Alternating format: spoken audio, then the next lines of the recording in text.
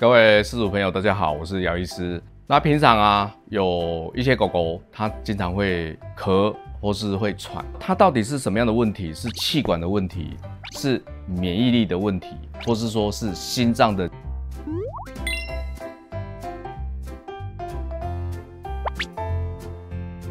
那如果说这一只狗狗有气管塌陷的问题，它平常的话会有一些鸦鸣声，这一只狗啊就三不五时会这样这种鸦鸣声，它在很紧张，它在很兴奋，或是说在饮水过后，它这个状况的话会更明显，那甚至会严重到舌头会变成蓝紫色，呼吸窘迫啦，会有干咳的现象，那这些的话都很常发生。那另外一个气管的问题的话，就是病毒的感染，会有鼻分泌物，会有结膜炎的现象。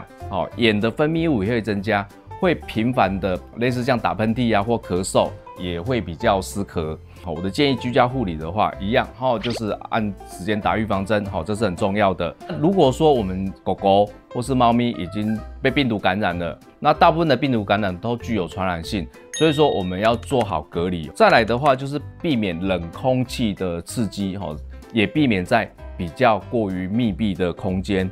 那另外一个的话就是情绪管理。如果说这只狗狗它非常的紧张、害怕、紧迫，它这症状的话就会更明显。那另外一个的话就是保健品的补充。以上的分享到这边，好，谢谢大家。